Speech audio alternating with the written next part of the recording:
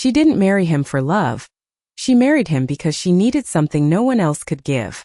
The cameras flashed like distant lightning, sharp and relentless, reflecting off polished marble floors and diamond-studded smiles, but Daniel Brooks didn't flinch, not when the reporters shouted his name, not when someone in the crowd laughed under their breath, not even when Charlotte Whitmore, CEO of Whitmore Global, worth more than most countries' small GDPs, slipped her hand into his as if it were part of a contract rather than a promise, because to her it was, and everyone in that room could feel it, the absence of warmth, the calculated distance, the quiet tension stretched thin between two people who looked like they belonged to entirely different worlds.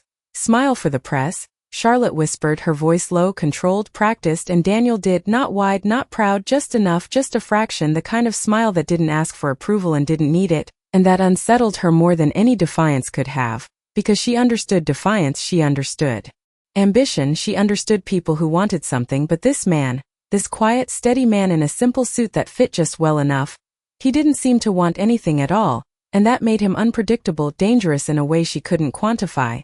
"You know what they're saying, right?" Her assistant murmured from behind, voice laced with barely hidden amusement. "That he's either incredibly lucky or incredibly desperate." A few soft chuckles followed, quick, sharp, like glass tapping together. Daniel heard them, of course he did, but he didn't turn, didn't react, just adjusted his cuff slightly, the fabric worn softer than the rest of the room, as if it had lived a life far from boardrooms and billion-dollar deals, and Charlotte noticed that too, the way he moved, not like someone stepping into power, but like someone who had already walked away from it once before. "This is temporary," she said, her tone shifting as the cameras moved on, softer but still guarded. "1 year, no complications, no expectations." Daniel nodded once, slow, deliberate. "I understand," he replied, his voice calm, steady, carrying just enough weight to quiet the space between them, and for a moment, just a moment, Charlotte felt something shift like the air before a storm, subtle but undeniable, because men usually filled silence with promises or demands, but he let it sit, let it breathe, and somehow that made it louder. The ceremony itself was brief, efficient, almost clinical, vows spoken like terms being accepted, rings exchanged like signatures finalized, and when it was done, when the officiant stepped back and the applause rose, polite, restrained, uncertain, Daniel glanced at Charlotte, not with pride, not with ownership, but with something far quieter, something that didn't belong in a room like this, respect, pure and unspoken, and it caught her off guard, just enough to make her look away first. Outside, the New York skyline stretched endless and sharp, glass towers cutting into a pale afternoon sky, traffic humming below like a distant pulse, and as they stepped into the waiting black car, the door closing with a soft, final click, Charlotte exhaled slowly, tension releasing in measured increments. "You'll stay out of my business," she said, eyes forward, voice returning to its familiar edge. "And you won't interfere with anything I've built." Daniel rested his hands loosely in his lap, posture relaxed but grounded. "I didn't come here to take anything from you," he said, and there it was again, that stillness, that quiet certainty that didn't match the narrative she had constructed, didn't fit the role she had assigned him, because in her world everyone had a price, everyone had a motive, everyone moved towards something.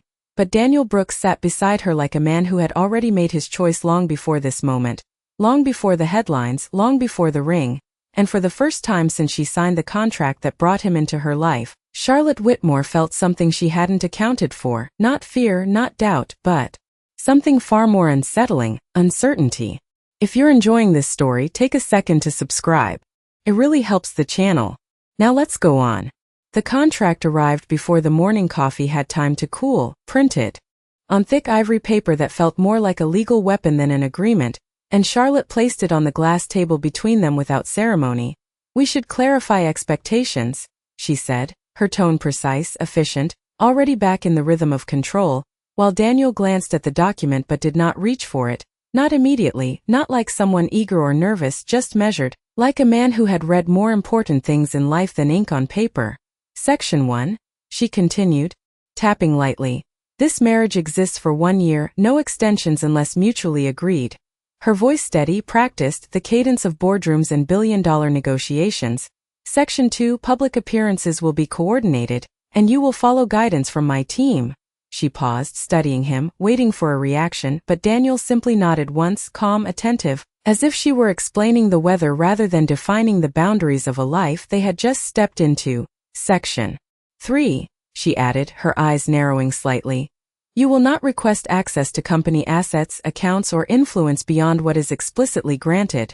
A beat passed, the soft hum of the city filtering through the high-rise windows, traffic far below like a distant reminder of a world untouched by contracts and conditions. Daniel finally reached forward, his fingers brushing the edge of the paper, not gripping it, not claiming it, just acknowledging it. "And what do I get?"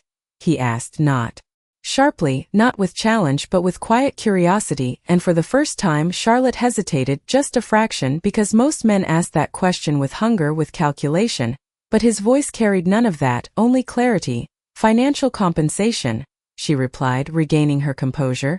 "Housing, security, and any reasonable expenses covered." Daniel's gaze remained steady, unblinking. "That is not what I meant," he said, and the room seemed to still, the air tightening in a way Charlotte did not like, because this was not in the script, not in the predictable flow of negotiation she had mastered. "Then be clear," she said, her tone sharpening slightly, and Daniel leaned back just enough to create space, his posture relaxed but grounded. "I need access," he said, simple, direct. "To your network, your systems, your reach." Charlotte's expression hardened immediately, instinct snapping into place. "That is exactly what this contract prevents," she replied, her voice colder now, edged with suspicion. "You do not get to use me." Daniel shook his head once, slow, deliberate. "I am not trying to use you," he said, and there it was again, that unsettling calm, that refusal to match her intensity. "I need time and I need proximity," he added. "That is all." Charlotte let out a quiet breath, controlled but tense, her mind already calculating risks, angles, hidden motives. "You are asking for something very specific without giving me a reason," she said, her eyes locking onto his, searching, dissecting, but Daniel did not look away, did not deflect. "Because the reason is not something I can explain today," he answered, and the simplicity of it frustrated her more than any excuse could have. Silence settled between them, not empty but heavy, layered with questions neither of them voiced, the faint ticking of a wall clock marking seconds that felt longer than they should. "You expect me to agree to that?" she asked finally, her voice quieter now but no less firm. Daniel nodded once. "Yes," he said, no elaboration, no persuasion, just truth as he held it, and for a moment, Charlotte considered ending it right there.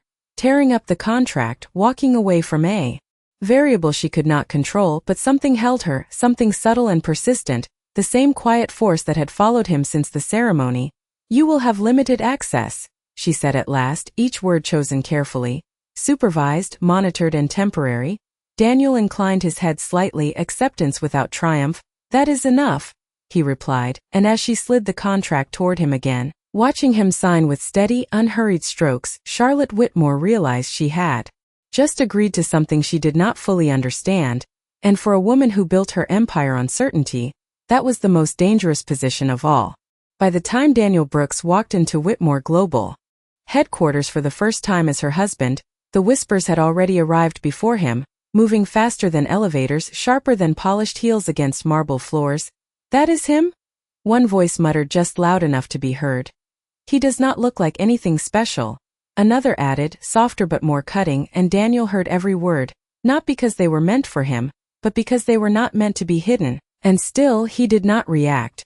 Not when the receptionist forced a polite smile that never reached her eyes, not when a group of junior executives paused their conversation just long enough to stare, not even when someone chuckled quietly as he passed, because Daniel had learned long ago that noise only had power if you answered it, and he had no intention of answering anything that did not matter. "Mr. Brooks?" Charlotte's assistant greeted him with practiced professionalism, though her gaze flickered briefly over his simple jacket, his worn but clean shoes. "The board is already assembled." Daniel nodded once, calm, steady. "Thank you," he said, his voice even, carrying no trace of the tension building around him. The conference room doors opened with a soft hydraulic hiss, revealing a long table lined with tailored suits and calculated expressions, men and women who had spent decades building influence, reading leverage, controlling outcomes, and now they turned their attention to him, not with respect, not even with curiosity, but with quiet judgment that settled like dust in the air. "So this is the husband?" one of the senior board members said, leaning back slightly, his tone neutral but edged with disbelief. "Unexpected." Another added, glancing at Charlotte as if waiting for an explanation she had no intention of giving. Charlotte remained composed at the head of the table, posture flawless, expression unreadable. "This is Daniel Brooks," she said simply, offering no further context, no defense, no justification, and that silence spoke louder than anything she could have said, because in this room, silence from her meant distance, and distance meant permission, permission for the room to draw its own conclusions. "Mr. Brooks." Woman near the center spoke, her voice smooth, controlled. "What exactly is your role here?" Daniel met her gaze without hesitation, without discomfort. "I am here to support my wife," he answered, straightforward, unembellished. A few faint smiles appeared around the table, subtle, knowing, the kind that dismissed without confrontation. "Support?" The same man from earlier repeated, a hint of amusement now breaking through. "And how do you plan to do that?" Daniel paused, not long, just enough to consider his words. "By not getting in the way of what she has already built," he said, and the room shifted, not dramatically but enough because that was not the answer they expected, not defensive, not ambitious, just grounded in a kind of clarity that did not seek approval. Charlotte's eyes flicked toward him briefly, something unreadable passing through her expression before it disappeared behind control. The meeting continued, numbers discussed, strategies outlined, projections debated, and Daniel sat quietly, listening, absorbing, never interrupting, never inserting himself, which only seemed to irritate some of them more, because they had prepared for a man trying to prove something, not a man who did not need to. "You are very quiet," one executive finally remarked, unable to leave it alone. Daniel turned his head slightly, his voice calm. "I speak when there is something worth saying." A brief silence followed, heavier this time. Less comfortable because it was not arrogance, not exactly, but it carried a weight that made it difficult to dismiss him completely. Outside the glass walls, employees moved through the office like currents in a controlled river, efficient, purposeful, unaware of the subtle shift taking place inside, and Charlotte, sitting at the head of it all, realized something she had not anticipated. The more they tried to reduce him, the less he seemed to shrink. The more they questioned him, the less he seemed to need their approval, and in a room built on power, that kind of quiet dignity was not weakness, it was disruption. And though no one said it out loud, though the meeting moved forward as if nothing had changed, something had. Something small but undeniable, because for the first time since Daniel Brooks walked into their world, the laughter did not come as easily as it had before. The penthouse was quiet in a way that did not exist in boardrooms, no echoes of ambition, no hum of negotiation, just the soft ticking of a clock and the distant murmur of the city 12 floors below. And Charlotte Whitmore was not used to that kind of silence, not in a space that now belonged to two people instead of one. She stepped out of her heels near the entryway, placing them neatly as she always did, controlled even in the smallest details. But her eyes shifted when she noticed something different, something out of place yet oddly grounded. A small pair of shoes near the couch, worn but clean, beside them a child's backpack with a faded cartoon patch stitched onto the front. "You did not tell me she would be here tonight," Charlotte said, her voice calm but edged with surprise as she walked further inside. Daniel looked up from the kitchen, sleeves rolled, a simple meal half prepared on the stove, nothing extravagant, just something warm, something real. "Plans changed," he replied, his tone steady as always. "I did not think it would be a problem." Charlotte paused, not because of the answer, but because of the scene in front of her, something unfamiliar, something that did not belong to her world of precision and control. "Daddy?" A small voice called from the hallway, soft but clear, and Charlotte turned instinctively as a little girl stepped into view, no older than 8, her hair loosely tied, her eyes bright in a way that had not yet learned to hide emotion. "I finished my homework," the girl said, holding up a notebook with quiet pride. Daniel smiled, a real one this time, unguarded. "That fast?" he asked, crouching slightly as she walked over. "Let me see." Charlotte watched without speaking, something about the exchange pulling her attention in a way no boardroom ever had.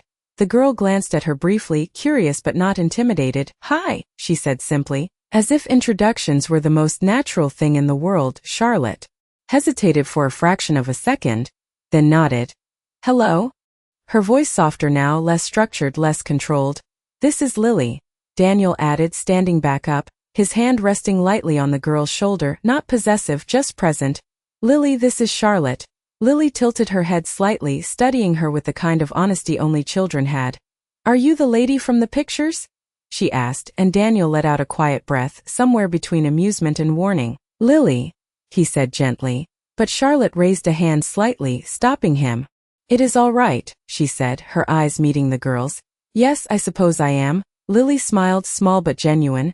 You look nicer in real life, she said, and for a moment Charlotte did not know how to respond, not because the words were complicated, but because they were not calculated, not strategic, just true, and truth without agenda was something she had not encountered in a long time. Dinner was simple, quiet, the kind of meal that did not require conversation to feel full. Lily talked about school, about a science project, about a teacher who smiled too much, and Daniel listened, not distracted, not checking a phone, not half present, but fully there in a way Charlotte had rarely seen. Did you eat? Lily asked suddenly, looking at Charlotte with concern that felt far too sincere for someone she had just met. Charlotte blinked slightly, caught off guard. I had a meeting, she replied, which was not an answer but also not a lie. Lily frowned softly. That means no, she said, matter of fact, and pushed a small plate toward her. You can have some of mine. Daniel watched quietly, not intervening, not correcting, just observing, and Charlotte, who had negotiated billion-dollar deals without hesitation, found herself pausing over a simple offer from a child. Something shifted then, subtle but undeniable, as she picked up the fork and took a small bite. Thank you, she said, her voice quieter now, less certain but more real. Lily beamed, satisfied, and returned to her story, the room settling into a rhythm that Charlotte could not control, could not predict, but for the first time in a very long time, she did not try to, and somewhere between the soft clink of utensils and the gentle rise of a child's laughter, Charlotte Whitmore felt the edges of her world begin to loosen, just enough to let something unfamiliar in, something she had not planned for, something that could not be written into any contract, and it unsettled her in the most unexpected way. The night stretched longer than usual, not because the city outside had changed, but because something inside Charlotte had. She stood by the floor-to-ceiling window with a glass of untouched water in her hand, watching the reflection of a life she had built piece by piece, deal by deal, decision by decision, and yet for the first time in years, it did not feel complete. Behind her, the apartment had gone quiet again, Lily asleep in the guest room, Daniel sitting at the kitchen table reviewing something on his phone, not intruding, not demanding, just existing in a way that felt strangely steady. You could have told me, Charlotte said finally, her voice cutting gently through the silence without turning around. Daniel looked up, his expression unchanged. About her, she added, and there was no accusation in her tone, just something more measured, more curious than she was comfortable admitting. Daniel set the phone down slowly. It was not part of the arrangement, he replied. Calm as always, Charlotte turned then, her gaze sharper now. Neither was this. She gestured lightly toward the hallway where Lily slept. This changes things. Daniel held her gaze without resistance. Only if you let it, he said, and that answer lingered in the space between them longer than expected, because it shifted the responsibility back to her, something she was not used to in personal matters. Charlotte took a slow breath, placing the glass down with quiet precision. Children complicate decisions, she said, her voice returning to its structured edge. They introduce variables you cannot control. Daniel leaned back slightly, his posture relaxed but grounded.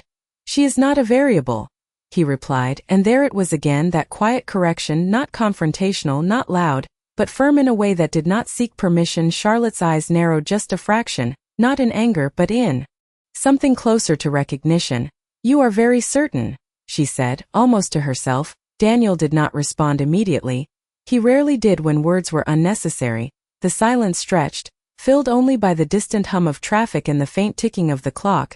And in that stillness, Charlotte felt something she had spent years avoiding, a memory, faint but persistent, of a younger version of herself sitting alone at a long dining table in a house that was far too large, waiting for someone who never came, meals prepared but untouched, conversations imagined but never spoken. She blinked, pushing the thought away as quickly as it surfaced, but it left a trace, a subtle crack in the armor she had perfected over time.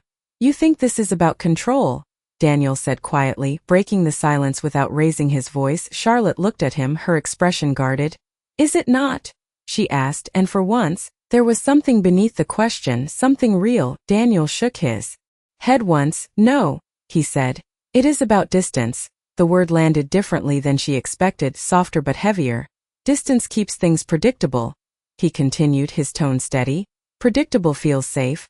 Charlotte did not respond, not because she disagreed, but because she recognized the truth in it, and truth was harder to dismiss than opinion. She turned back toward the window, her reflection staring back at her with a clarity she did not like. "Safe is efficient," she said after a moment, her voice quieter now. Daniel stood, not approaching, not closing the space between them, just present.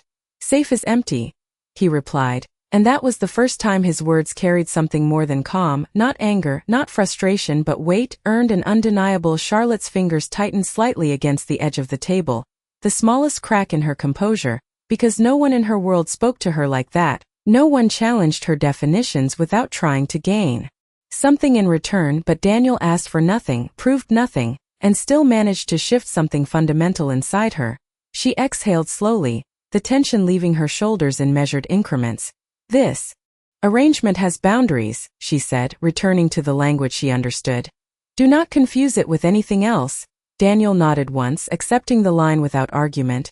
"I do not confuse things," he said, and as he turned back toward the kitchen, the quiet returned, but it was no longer the same, because somewhere between a child's simple kindness and a man's unshaken dignity, Charlotte Whitmore began to realize that the distance she had built so carefully might not be protecting her at all. It might be the very thing that kept her from ever being seen. The crisis did not arrive with chaos or raised voices. It came the way real power shifts always did. Quietly, precisely, hidden inside numbers that most people would never notice. Charlotte stood at the head of the conference room again. But this time the energy was different, tighter, colder, the kind of tension that did not need to be announced. "We are down 12% across 3 major divisions," her chief financial officer said, his voice controlled but strained. "And if the projections hold, we could be looking at a significant loss in market confidence within the next quarter." A murmur rippled through the room, not loud but sharp enough to carry weight. Daniel sat at the far end of the table, as he always did, not at the center of attention, not part of the formal structure, but present, listening, absorbing. "This is not just a fluctuation," another executive added, leaning forward, fingers pressed together. "There are coordinated moves happening, acquisitions, stock pressure, strategic leaks." Charlotte's expression remained composed, but her eyes sharpened slightly, calculating, adjusting. "Competitors?" she asked, and the room hesitated, just long enough to make the answer clear before it was spoken. "Not just competitors," the CFO replied. "Someone with inside timing." The word settled heavily, not explosive but precise, and Charlotte felt it immediately. The implication, the risk, the fracture point in a system she had spent years making airtight. "We will contain it," she said, her voice firm, controlled, the kind that did not allow doubt to take root. But even as she spoke, she knew containment was not a strategy, it was a delay. The meeting continued, voices layering over one another, strategies proposed, risks assessed, but beneath it all, there was something else, something quieter, a shift in confidence, subtle but undeniable, the kind that did not show on reports but could be felt in every pause, every glance. Daniel remained silent, his posture unchanged, his expression steady, until finally, as the room circled the same conclusions without resolution, he spoke. Not loudly, not interrupting, just enough to be heard. "You are reacting to the surface," he said, and the room stilled, not because of authority, but because of the unexpected. Charlotte's eyes moved to him, sharp, assessing. "Explain," she said, and Daniel did not rush, did not fill the space with unnecessary words. "If someone is moving against you with that level of precision," he continued, "then they are not testing your strength, they are measuring your response." A few executives exchanged glances, uncertain whether to dismiss or consider. "And what would you suggest?" one of them asked, skepticism clear but restrained. Daniel met his gaze calmly. "Stop reacting," he said. "Change the pattern." Silence followed, thicker this time because it was simple, almost too simple. But simplicity had a way of exposing complexity when it was spoken with certainty. Charlotte leaned back slightly, her mind already working through the implications. "And how would you change it?" she asked, and Daniel's answer came without hesitation. "You let them think they are winning," he said, "just long enough for them to show their hand." The room shifted again, not in agreement, not yet, but in attention, because this was no longer vague, no longer passive, it was strategic, intentional. "That carries risk," the CFO said, his voice tight. Daniel nodded once.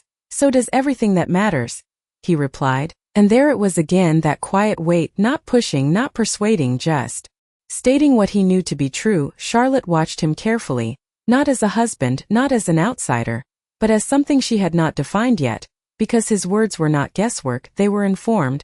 grounded in something deeper than observation.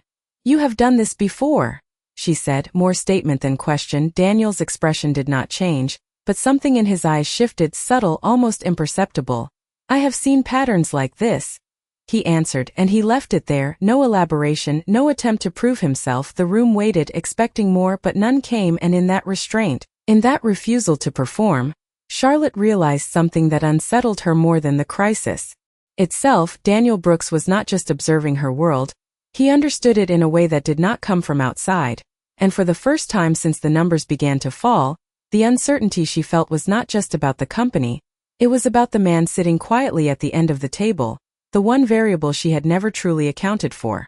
The first crack did not come from the market, it came from inside the room, subtle, almost invisible, the kind of shift that only someone paying close attention would notice, and Charlotte noticed everything. "We cannot afford to gamble on theory," the chief operating officer said, his voice firm but measured. "We need immediate corrective action, asset restructuring, public reassurance, something visible." A few heads nodded, not in full agreement but in comfort because visible action felt safe. It felt like control. Daniel remained still, his gaze steady, but Charlotte could feel the tension building around him, not from him but toward him, with respect. Another board member added, glancing briefly in Daniel's direction, "We are not in a position to experiment based on external opinions." The pause was deliberate, the implication clear, and for the first time, the room did not even try to hide the divide. Insider versus outsider, power versus presence. Charlotte leaned forward slightly, her fingers resting against the edge of the table, her voice calm but cutting through the noise. "Say what you mean," she said, and the room stilled just enough for truth to surface. "We are questioning the influence of someone who is not part of this company," the man replied, more direct now. "Someone who has no proven stake in its success." Silence followed, sharper this time because the target had been named without being named. Daniel did not move, did not defend himself, did not even shift his posture, and that restraint only made the tension more visible. "His input is not policy," Charlotte said, her tone controlled, neutral but not dismissive. "It is perspective." The man gave a small, tight smile. "Perspective without accountability is risk." Daniel finally spoke then, not louder, not stronger, just present. "Accountability does not come from titles," he said, and the simplicity of it landed harder than any argument. A few eyes shifted, uncertain, because they could not easily dismiss what he said without exposing something in themselves. "And where does it come from?" the same man challenged. Daniel met his gaze without hesitation. "From outcomes," he replied, and the word settled into the room like a quiet weight, not aggressive, not confrontational, just undeniable. Charlotte watched him closely.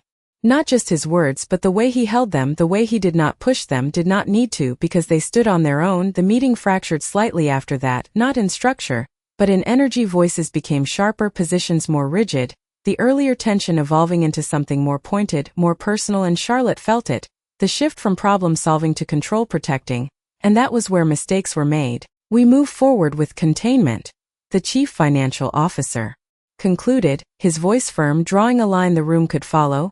"We stabilize first, then reassess."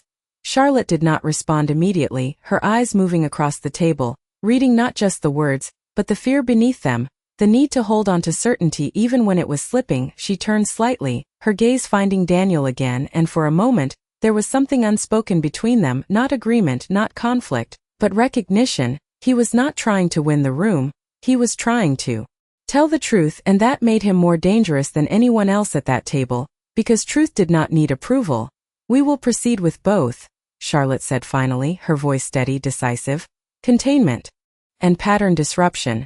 The room reacted immediately, a mix of resistance and surprise.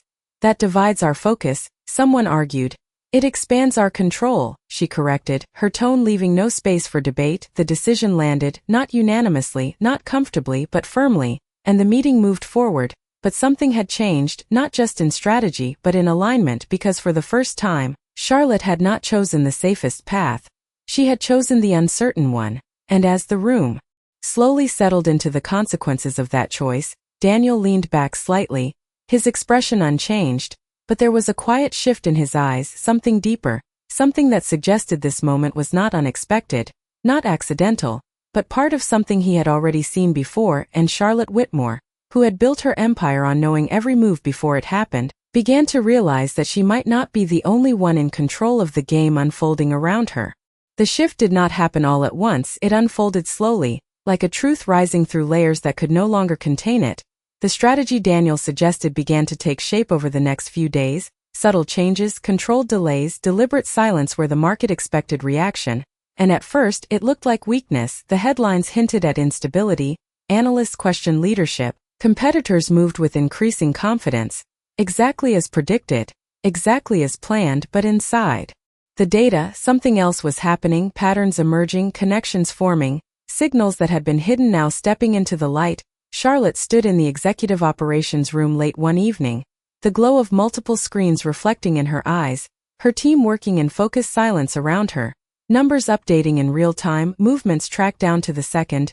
"There," Daniel said quietly from behind her, not pointing, not rushing, just indicating with certainty. Charlotte followed his gaze, a series of transactions, small individually, insignificant to most, but together forming something precise, something intentional. "They are consolidating through shell entries," he continued, his voice calm, steady. "Not random, not reactive, this is controlled pressure." One of the analysts leaned forward, adjusting the data filters. "He is right," she said after a moment, her tone shifting from doubt to recognition. "These are coordinated." The room changed then, not loudly, not dramatically, but unmistakably. The skepticism that once surrounded Daniel began to thin, replaced by something quieter, something more dangerous to the old assumptions. Respect, not spoken, not admitted, but present. "Who is behind it?" Charlotte asked, her voice low, focused. Daniel did not answer immediately, his eyes scanning the patterns, not just the numbers but the intention behind them. "Someone who knows your structure," he said finally, and Charlotte felt it before she understood it. A tightening in her chest, not fear but recognition. "Internal?" the chief financial officer asked, his voice tense now. Daniel nodded once. "Or someone who used to be," he added. And that was the moment everything shifted, because it was no longer about competition, no longer about market forces. It was about trust, about proximity, about the kind of knowledge that could only come from being close, too close. Charlotte's mind moved quickly, connecting pieces she had not wanted to connect, decisions made months ago, partnerships formed, alliances broken. "Bring up the historical access logs," she ordered, her voice sharp now, decisive. The room responded instantly, data pulling up, layers unfolding. And there it was, not obvious, not careless, but precise enough to leave a trace for someone who knew where to look. "Former executive clearance," the analyst said, her voice quieter now. "Resurfaced under a different structure." Daniel stepped closer, still not taking control, still not inserting himself, just present where it mattered. "They thought you would react fast," he said. "They built the strategy around your strength." Charlotte's jaw tightened slightly, because that was the truth. Her decisiveness, her speed, her control, all of it had been used as a weapon against her. And for the first time she saw it clearly, not as a failure, but as a pattern she had not questioned. "We do not respond," she said, her voice steady again but different now, informed, intentional. "We wait." The room hesitated, the instinct to act still strong, but something had changed, something in the way she said it, something in the presence beside her. "We wait," she repeated, and this time no one argued because the evidence was there, undeniable, unfolding in real time. And as the room settled into this new rhythm, this controlled stillness, Charlotte glanced at Daniel, just for a moment, and in that moment, she understood something she had not allowed herself to see before. He had not just been helping her navigate the crisis, he had been leading her toward a truth she had not been ready to face. And when the final piece of the pattern aligned, when the name behind the strategy surfaced on the screen, the room did not erupt, it did not react, it did not celebrate, it simply fell silent, because the answer was not just surprising, it was personal. And in that silence, Charlotte Whitmore realized that the greatest threat to everything she had built had never been outside her world. It had been standing just within reach all along. The name on the screen did not need to be explained, it did not need context or commentary, because everyone in that room recognized it instantly. A former executive, once trusted, once close enough to understand not just the structure of the company but the rhythm of Charlotte's decisions, the way she moved, the way she led. And for a moment no one spoke, not because they did not know what to say, but because the truth had already said enough. Charlotte stood still, her eyes fixed on the data, her posture unchanged, but something beneath the surface shifted, not shock, not anger, something quieter, something heavier, understanding. Prepare the legal response, the chief financial officer said cautiously, breaking the silence. We can move immediately, freeze positions, make a public statement. Charlotte did not respond right away, her mind moving through the implications, not just the strategy but the pattern, the intention behind it, and then she shook her head slightly. No, she said, her voice calm but firm. The room stilled again. We do not react, she continued. We finish what they started. A few glances were exchanged, uncertainty still present, but something had changed in the way they listened to her now, something more grounded, more aligned, because the chaos had been replaced with clarity. Daniel remained where he was, not stepping forward, not claiming any part of what had just unfolded. His role already receding into the background as if it had never been about recognition. You knew, Charlotte said quietly, her voice not directed at the room but at him. Daniel met her gaze, his expression steady. I suspected, he replied, and that distinction mattered because it was not certainty that guided him, it was understanding, the kind that came from experience rather than assumption. Charlotte studied him for a moment longer, something unspoken passing between them, and then she turned back to the room. We proceed with containment and exposure, she said, her tone decisive. No panic, no announcements. Just facts when the time is right. The team nodded, this time without resistance because the path was no longer uncertain, it was controlled, intentional, and as the meeting dissolved into action, Charlotte remained where she was, the noise of movement fading around her, leaving only the quiet presence of the one person who had seen this before she did. Why? She asked finally, not looking at him. Why help me? Daniel did not answer immediately. As always, he allowed the silence to exist before filling it. Because you were not supposed to lose like this, he said, and the simplicity of the answer unsettled her more than anything else could have. Charlotte turned then, her eyes searching his face, not for information but for truth. You speak like you know more than you are saying, she said, her voice softer now, less guarded. Daniel held her gaze for a moment, then nodded slightly, not in agreement, but in acknowledgement. There are things you will understand soon, he said, and there was no mystery in his tone, no attempt to create intrigue, just a quiet certainty that the truth would arrive when it was ready. Charlotte exhaled slowly, the tension she had carried for days beginning to settle, not because the problem was gone, but because it had been seen clearly, and clarity had a way of restoring control without force. You should not stay here, she said after a moment, her voice returning to its measured cadence, but something in it had changed, something less distant. This was never meant to be permanent. Daniel nodded once, as if he had expected those words all along. I know, he replied, and there was no resistance, no hesitation, just acceptance, and that was when Charlotte realized something she had not prepared for. She did not want him to leave, not because of the company, not because of the crisis, but because of something far quieter, something she had not allowed herself to name: respect, the kind that was earned without demand, given without expectation. And as Daniel turned to step away, his presence already beginning to fade back into the quiet space he had always occupied, Charlotte Whitmore stood there, surrounded by everything she had built, everything she controlled, and understood for the first time that the one thing she could not control was the impact of a man who never tried to control anything at all. And in that realization, the room did not fill with sound, it did not move forward with urgency, it simply held its breath, because sometimes the loudest truth was the one that arrived in silence. In one of the most compelling, touching stories, a powerful female CEO enters a calculated marriage with a quiet single dad, believing control is everything. Yet what unfolds challenges her world at every level. Through subtle tension, corporate pressure, and deeply human moments, this journey becomes one of those touching stories where dignity speaks louder than power. As the single dad remains calm under judgment and quietly guides her through a hidden corporate threat, the narrative evolves into touching stories that blend emotional truth with strategic brilliance. The presence of a child softens hardened boundaries, revealing layers of vulnerability and grace that redefine strength. This is one of those touching stories where silence carries meaning, where respect grows without demand, and where truth reshapes everything.